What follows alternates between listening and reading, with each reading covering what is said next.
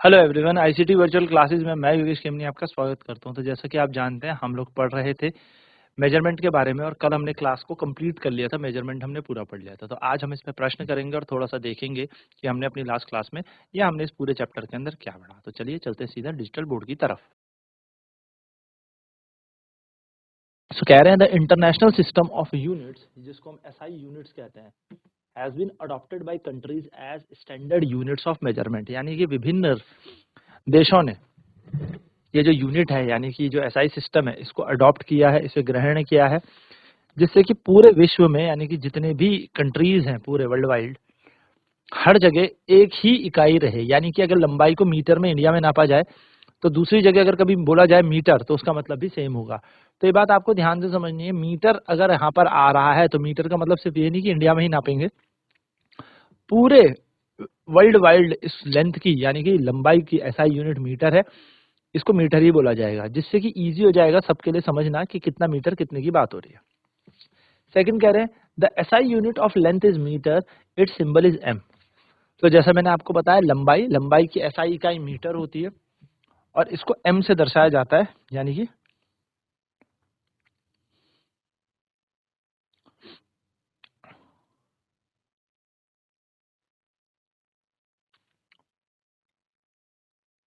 Metre में इसको दर्शाया जाता है, तो एम से इसको बोला जाएगा मीटर, इसकी एसआई इकाई है। 1 किलोमीटर के अंदर होता है 1000 मीटर। यानी कि 1000 मीटर का मतलब क्या हो गया, 1 किलोमीटर। तो जब आपको मीटर को किलोमीटर में बदलना हो या किलोमीटर को मीटर में बदलना हो, तो ये रिलेशन याद रखना है कि 1 किलोमीटर के अंदर 1000 मीटर होते हैं। 1 मीटर के अंदर होते हैं 100 सेंटीमीटर। 1 मीटर के अंदर कितने सेंटीमीटर होंगे, 100, और 1 सेंटीमीटर के अंदर 10 मिलीमीटर होंगे। तो ये कन्वर्जन हमने अपनी क्लासेस में देखा भी था, ये आपको याद भी रखना है। तो 1 किलोमीटर के अंदर 1000 मीटर, 2 किलोमीटर आएगा तो 2000 metre, 3 kilometre 3000 metre, 4 kilometre 4000 metre, 5 तो 5। इस तरीके से चलेंगे। 1 मीटर के अंदर 100 सेंटीमीटर, तो 2 के अंदर 200, 3 के अंदर 300, 4 के अंदर 400 एंड 10 के अंदर हो जाएंगे 1000 सेंटीमीटर। यानी कि 10 मीटर के अंदर होते हैं 1000 सेंटीमीटर। बात करें 1 सेंटीमीटर, तो उसके अंदर होता है 10 मिलीमीटर। यानी कि 1 सेंटीमीटर अगर नापने जाओगे तो आपको 10 मिलीमीटर नापना है। तो 2 सेंटीमीटर बराबर हो जाएगा 20 मिलीमीटर, और 3 सेंटीमीटर का बराबर मतलब हो जाएगा 30 मिलीमीटर। तो चलिए फटाफट से 3 पॉइंट नोट करते हैं एंड देन फिर आगे और चर्चा करते हैं हमने इस चैप्टर में क्या क्या पढ़ा है।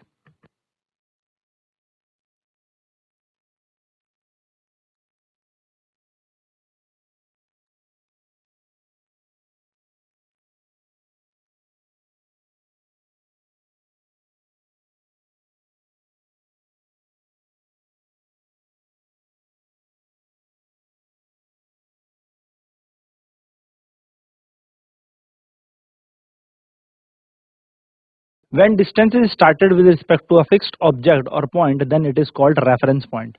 तो जैसा कि हमने बात की थी निर्देश बिंदु की, या फिर हम कह सकते हैं रेफरेंस पॉइंट। तो क्या होता है रेफरेंस पॉइंट, जब किसी वस्तु ने कुछ दूरी तय करनी हो, तो वो दूरी तब तय करेगी जब एक रेफरेंस पॉइंट होगा, यानी कि एक बिंदु होगा। जैसे आप अपने घर से स्कूल जाते हो, तो आपका घर क्या है, रेफरेंस पॉइंट।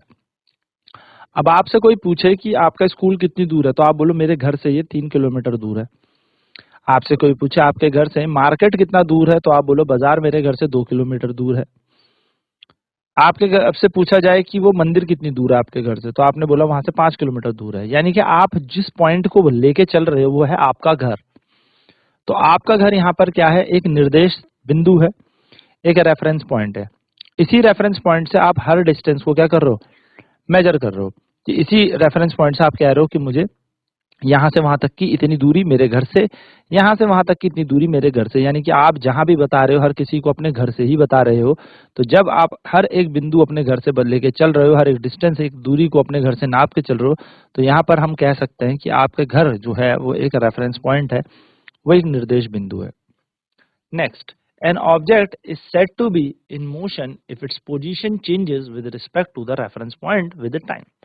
एक वस्तु को गति में कब कहा जाता है, तो एक वस्तु को गति में आप तभी कहेंगे यदि वह अपनी स्थिति बदल रही हो समय के साथ साथ।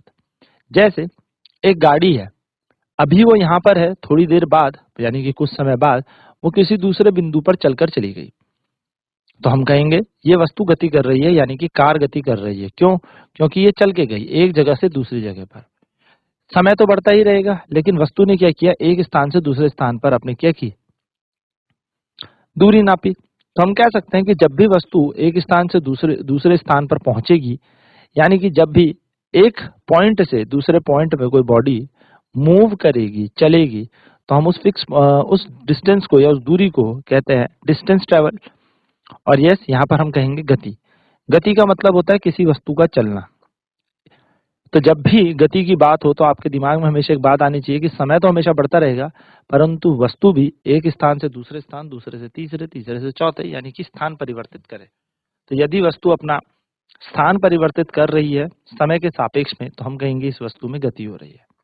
यानी कि if an object is moving or changing its position with respect to time, we will say the body is doing motion or body is in motion. Next, when an object moves along a straight line, its motion is called linear motion. जब कोई वस्तु सीधी रेखा में गति करती है, सीधी रेखा में गति, जैसे आपने अपनी बुक सरकाई एक पॉइंट से दूसरे पॉइंट पे, आप छत में गए और एक रबड़ छोड़ दिया, या छत में जाने के बाद आपने अपने घर के एक छोटा सा स्टोन आपने वहां से गिरा दिया, तो वो पत्थर सीधा सीधा नीचे आएगा। अगर आप किसी बॉक्स को धक्का देते हैं, या इसके उदाहरण में आप ऐसे समझ सकते हो कि पेड़ से कोई फल नीचे की ओर गिरा, तो पेड़ से जो फल नीचे की ओर गिर रहा है वो भी सीधा सीधा ही गिर रहा है, यानी कि वो टेढ़े मेढ़े डायमेंशन में तो नहीं जा रहा है, इसलिए हम इसको कहेंगे स्ट्रेट मोशन, सीधी रेखा में गति, क्योंकि जो फल है वो सीधा सीधा नीचे गिर रहा है। तो अगर कोई वस्तु सीधी रेखा पे चले तो इस प्रकार की गति को हम रेखीय गति कहते हैं। यानी कि if the motion of an object is in a straight line, then this motion is known as linear motion. चलिए फटाफट से नोट करेंगे हम इन्हें, आगे बढ़ेंगे फिर।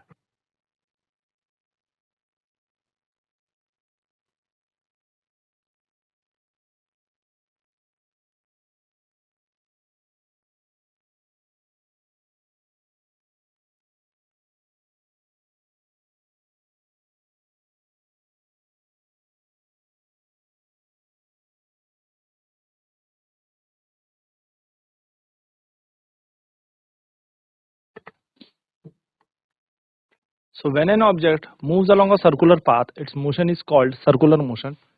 जब कोई वस्तु सर्कुलर यानी कि वृत्ताकार पथ में घूमती है तो इसकी गति को हम वृत्ताकार गति कहते हैं। देखो, वृत्त मतलब सर्कल में घूमना, गोले में घूमना। जैसे हमने इसका उदाहरण देखा था, जब हमने देखा था कि अगर मैरी गो राउंड झूले में हम झूलते हैं तो हम सर्कुलर मोशन करते हैं, यानी कि सर्कुलर पाथ में घूमते हैं। तो जब कोई वस्तु सर्कुलर पाथ यानी कि सर्कुलर मोशन में घूम रही होगी तो इस तरीके के मोशन को हम सर्कुलर मोशन कहेंगे। सर्कुलर पाथ में घूमना नेसेसरी है। नेक्स्ट है, when an object moves to and fro about any fixed position, its motion is called oscillatory motion. जब कोई वस्तु अपने स्थान से टू एंड फ्रो यानी कि आगे और पीछे इस तरीके से मूव करे, फ्लो है ना, तो इस तरीके की गति को हम ऑसिलेटरी मोशन कहते हैं। यानी कि हम इस तरीके की गति को क्या कहेंगे, दोलनकार गति कहेंगे। तो जब कोई वस्तु टू एंड फ्रो यानी कि आगे और पीछे मूव करे अपनी फिक्स पोजीशन से, तो इस तरीके की गति को हम ऑसिलेटरी मोशन कहते हैं। नेक्स्ट, तो अब हमारे पास यहाँ पे कुछ क्वेश्चंस दे रखे हैं, इसको हमें क्या करना है, मैच द फॉलोइंग करनी है। तो some length are given in column 1 of table 5.5, some units are given in column 2, match the length with the unit suitable for measuring those unit। तो कह रहा है यहाँ पर कॉलम 1 है और कॉलम 2 है, और यहाँ पर क्या है, इनमें हमें क्या करना है, मैच द फॉलोइंग हमें यहाँ पर करना है। देखिए, distance between Delhi and Lucknow, अगर आप दिल्ली से लखनऊ जाएंगे तो दिल्ली से जो लखनऊ की दूरी होगी, यानी कि दिल्ली एक स्टेट, लखनऊ हमारा यूपी में आ गया, दिल्ली हमारी एक यूनियन टेरिटरी हो गई और लखनऊ यूपी में यानी कि दूसरा स्टेट हो गया। तो एक स्टेट, या आप कह सकते हो एक यूटी से एक स्टेट में हमें जाना है, तो काफी लंबा डिस्टेंस होगा, तो इस दूरी को हम किलोमीटर पे नापेंगे। तो हमारा आंसर होगा ऑप्शन नंबर बी वाला। नेक्स्ट है, थिकनेस ऑफ अ कॉइन, यानी कि एक सिक्के की अगर आपको मोटाई नापनी है या थिकनेस नापनी है तो वो किस में नापी जाएगी, तो जो सिक्का होता तो बहुत पतला है, तो ये मापा जाएगा मिलीमीटर में, एमएम पे। लेंथ ऑफ इरेजर, अगर आपके पास जो इरेजर है, रबड़ है जिससे आप पेंसिल से लिखा हुआ मिटाते हैं, तो ये जो इरेजर है इसकी लंबाई क्या होगी, सेंटीमीटर में आप नापेंगे। और लेंथ ऑफ स्कूल ग्राउंड, अगर आपको अपने स्कूल के ग्राउंड की लंबाई नापनी है तो इसके लिए मीटर की इकाई यूज करेंगे। तो देखिए हमारे पास हर एक डिस्टेंस को नापने के लिए, हर एक दूरी को नापने के लिए, हर एक लंबाई को नापने के लिए अलग अलग लंबाइयों की इकाई है। लेकिन छोटी लंबाई मिलीमीटर में मापी जाएगी, उससे थोड़ी बड़ी सेंटीमीटर में, उससे भी बड़ी होगी तो मीटर में, और सबसे बड़ी नापी जाएगी तो किलोमीटर पे ही नापी जाएगी। चलिए फटाफट से नोट करते हैं इस क्वेश्चन को, फिर बढ़ते हैं नेक्स्ट क्वेश्चन की तरफ।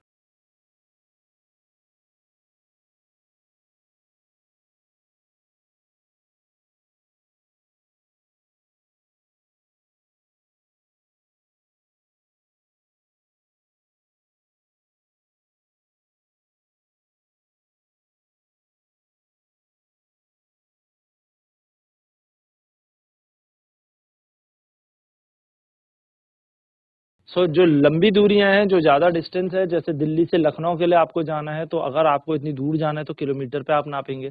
अगर किसी सिक्के की, यानी कि आपको कोई सिक्का है उसकी थिकनेस नापनी है, मोटाई नापनी है, तो किसमें नापेंगे? मिलीमीटर में, क्योंकि पतला होगा वो, बहुत ज्यादा मोटा नहीं होगा सिक्का। उसी प्रकार से अगर आपको आपके इरेजर यानी कि पेंसिल रबड़ जो आप यूज करते हैं उनकी लंबाई नापनी है तो सेंटीमीटर में नापेंगे।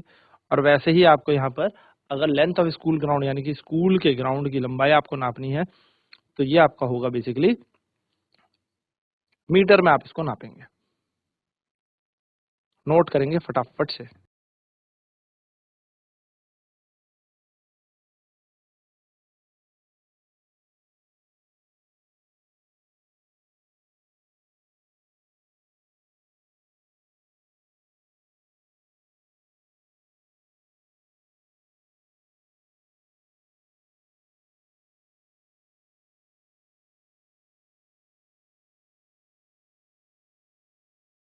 चलिए नेक्स्ट क्वेश्चन की तरफ बढ़ते हैं। तो नेक्स्ट क्वेश्चन क्या है? रीड द फॉलोइंग स्टेटमेंट है, mark true for T and F for false. So हमें टी ट्रू के लिए लिखना है, एफ फॉल्स लिखना है, एफ यानी कि सही और गलत बताना है। तो सबसे पहला क्वेश्चन क्या है? The motion of car moving on a straight road is an example of linear motion. जब एक कार सीधी रेखा पे गति करती है यानी कि सीधा सीधा चलती है तो क्या ये एक लीनियर मोशन, सीधी रेखा पे गति का उदाहरण? तो आपका आंसर होगा ट्रू, यानी कि एकदम सही बोल रहे हो। तो जब motion of car moving on a straight road, जब सीधी रेखा पे गाड़ी चलती है तो उसको हम क्या कहेंगे? Linear motion.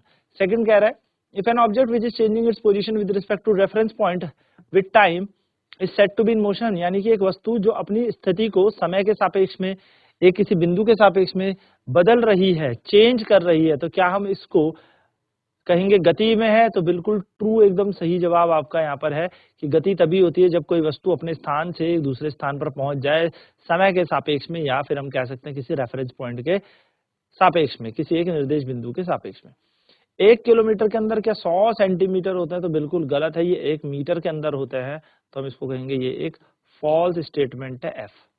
ठीक है, तो ये हमारे ट्रू फॉल्स के थे कि जब कोई वस्तु सीधी रेखा पे गति करती है तो वही क्या है? सीधी रेखा पे गति, यानी कि रेखीय गति का उदाहरण है, तो सही बात है। जब कोई वस्तु अपनी पोजीशन को चेंज करते हैं रेफरेंस पॉइंट के साथ तो बिल्कुल एकदम सही बात है, इसको गति कहते हैं, ट्रू है। और 1 किलोमीटर 100 सेंटीमीटर के बराबर है, नहीं, ये फॉल्स है ना। तो चलिए फटाफट से सेकंड इक्वेशन पे अपन सेकंड क्वेश्चन भी सॉल्व करते हैं।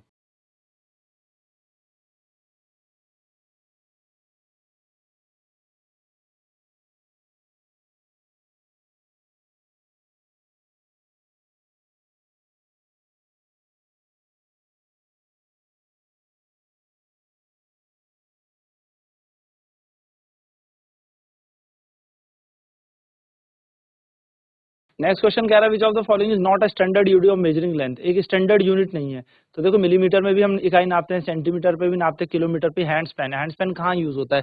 ये पहले के जमाने में यूज किया जाता था हैंड स्पैन, जब हम हाथों से नाप लेते थे दूरियों को, लेकिन अब हम हैंड स्पैन को यूज नहीं करते। क्यों नहीं करते इसको यूज? क्योंकि अब हाथों से, क्योंकि सबकी लंबाई अलग अलग होती है हैंड्स की, तो इस चक्कर से होगा क्या, अगर सबके हाथों की यानी कि पंजे की चौड़ाई आप कह सकते हो अलग अलग है, तो अगर पंजे की चौड़ाई अलग अलग है तो सब लेंथ भी अलग अलग आएंगी। कोई जो लेंथ मैं नापूंगा हो सकता है वो ज्यादा आ जाए, आप नापोगे छोटा हो जाए, हो सकता है कोई और दूसरा आदमी नापे वो मुझसे भी बड़ी आ जाए। तो हैंड स्पैन हम यहाँ पर अब यूज नहीं करते, मिलीमीटर सेंटीमीटर किलोमीटर में ही हम लंबाई को अब मापते हैं। सो यहाँ पर हमने देखा इस क्लास में हमने क्या क्या जाना है, पूरे चैप्टर के अंदर हमने क्या क्या पढ़ा, उस पर हमने क्वेश्चन किए, एक बार रिवाइज कर लिया हमने पूरे का पूरा कॉन्सेप्ट कि हमने क्या क्या इस चैप्टर के अंदर पढ़ा था। अगली क्लास में हम इसके और प्रश्न करेंगे, आगे के प्रश्न करेंगे। तो आज की क्लास में इतना ही। आईसीटी वर्चुअल क्लासेज में जुड़ने के लिए धन्यवाद। आपका दिन शुभ हो।